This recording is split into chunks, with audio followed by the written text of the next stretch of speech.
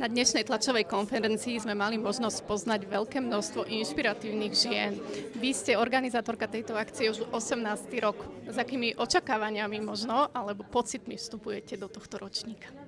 Tak je to 18 rokov, tak je to už pekné číslo, tak vždy sa snažíme niečo nové priniesť pre každý ročník, čo teda není jednoduché, ale veľmi pozitívne je, že každý rok vieme teda takúto zostavu vytvoriť, ako z tých dám jednotlivých, pretože, tak ako som povedala v príhovore, že Slovensko má naozaj veľký ľudský potenciál a zvlášť by som z toho vytiahla tieto ženy, lebo ženy sú pracovité, vytrvalé a možno také empatickejšie a možno, že skorej sa aj dopracujú k tomu výsledku, keď mnohokrát musia dávať viacej do toho, viacej práce, aby napríklad dostali pozíciu ako muž.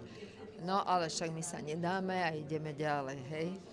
Tak pre tento rok pre mňa je najdôležitejší taký moment, že sme podpísali zmluvu s Business Soirée a vlastne to je český časopis, ktorý je na veľmi kvalitnom papieri, je to taký katalógový časopis, kde budeme prezentovať tie naše slovenské dámy v Čechách a dokonca v jazyku slovenskom, hej. Čiže sú to dva také dôležité kroky. Jeden krok je, že Češi sa tiež dozvedia o našich významných ženách a nebudú môcť hovoriť, aspoň malým kúštičkom prispieme k tomu, že mladí ľudia budú sa spoznávať s jazykom slovenským. Tak to považujem za veľmi pozitívne.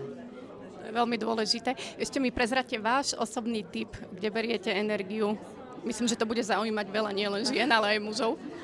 Ja berem energiu, viete čo, ako z každého vydareného toho produktu, hej, keď je nejaký projekt, ako samozrejme, že preto tlačovou konferenciou človek má všelijaké zmiešané pocity, ale keď to takto dopadne a vidíte, že tie ženy sú šťastné, že si to vážia, niektoré naozaj sa im triasli hlasy, skoro plakali, tak to je to, že si myslím, že je to správne a to vás posúva dopredu.